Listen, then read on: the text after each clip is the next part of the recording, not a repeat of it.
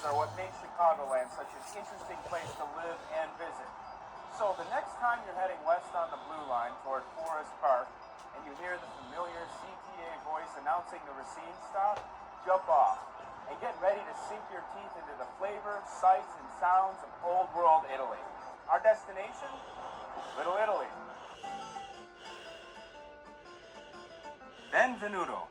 That means welcome in Italian, and you can't help but feel that way the moment you step into this historic Chicago neighborhood. Absolutely beautiful. It's so much part of the city, so it's close to everything.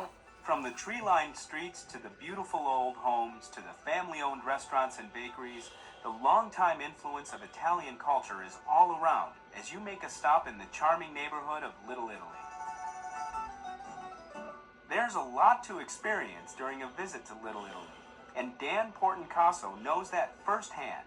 He serves as a tour guide for the Chicago Office of Tourism's Neighborhood Tours program and has offered to show us around. So Dan, what makes Little Italy such a great destination? Well, Little Italy is a great destination because it's a great place to bring a family and bring a date. With all the restaurants and the beautiful neighborhood, it's a very enjoyable space to be in. Little Italy became that enjoyable space as a result of many decades of nurturing, beginning in the late 1800s with a wave of primarily Southern Italian and Sicilian immigrants. They started coming here around the 1870s, 1880s. The Dearborn Street train station was the main portal where immigrants came in, and they've been here ever since. The neighborhood grew up around one street that remains its centerpiece today, Taylor Street. Here, you'll see Italian influence in its many shops, bakeries, and restaurants. This is a great place to come and eat. You can get everything from Italian-American cuisine that's derived from Southern Italian cooking, to Sicilian food, to even a Northern Italian restaurant.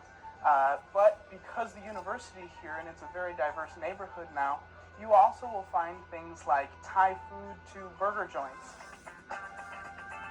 The University of Illinois at Chicago brings unmistakable energy to the area. The school, with its 25,000 students, is one of Illinois' 2 publicly assisted comprehensive research campuses. Be sure to check out UIC's newly renovated pavilion for everything from concerts to cultural events. Located on UIC's campus is a museum worthy of a visit, the Jane Addams Hull House Museum. It celebrates the life and contributions of Nobel Prize winner and social activist Jane Addams. The homes along the streets of Little Italy reflect a blend of modern influence and old-world charm. There are some gorgeous buildings in this neighborhood. Tell me a little bit about the housing in the area.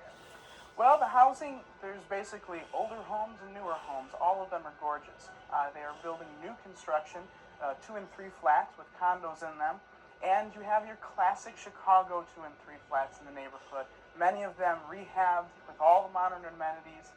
It's a wonderful place to live. It's a very desirable location as well because of its proximity to downtown. You'll find beautiful homes surrounding one of the area's most beautiful parks, a Regio Park.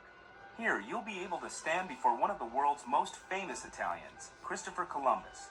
This 9-foot bronze beauty was originally cast in 1892 in Rome for the opening of the World's Columbian Exposition. It has been majestically restored. How is the Italian religious tradition reflected in the community? Well, mainly through Our Lady of Pompeii Church. Once slated for demolition, Our Lady of Pompeii Church proudly remains standing as a symbol and literally a shrine for Italian culture. The shrine of Our Lady of Pompeii was built in 1920 for the Italian, by the Italians, for the Italian community. It was when the first flux of immigrants first came over to the Chicago area. And about 10 years ago, the Cardinal deemed it a shrine, and we had a whole resurgence. Our Lady of Pompeii is in the process of being restored to its original impressive grandeur. Come in and take a look around. Just recently opened, the National Italian American Sports Hall of Fame, a museum dedicated to promoting and preserving the history and heritage of Italian Americans in sports. I would think is as good as the Pro Football Hall of Fame or the Baseball Hall of Fame. We have everything from Mario Andretti's race car to Joe DiMaggio's 39 uniform to Vince Lombardi's last coat as a Packer. It's endless. I mean, we have memorabilia of over 250 inductees in the Hall of Fame. Be sure to check out this display. All 11 Olympic medals belonging to swimming sensation Matt Biondi. Sports really brings people together. And there's one more thing bringing people together in Little Italy. So on a nice summer day, say you're giving a tour to a friend and you're bringing them down here, where would you say they would have to go? I would say the best place to go is Mario's Italian lemonade stand. People come from all over Chicago to visit this mom and pop stand. Open May to September. It's cash only. It's on Taylor Street. It's just a little place, very local. Sometimes the Italian ice is so good you gotta wait down the block. Some things are just worth the trip, and that's true of Little Italy. Getting here is as easy as a ride on the CTA. Here's how. Taylor Harrison, 8 Halstead, 9 Ashland, 12 Roosevelt, 15 Blind, 26th Street, Jersey 7 London, Blind Racing. So hop on board the CTA and come to Little Italy this summer for the culture, the food, the beauty, the experience. It's a place that has something for everybody.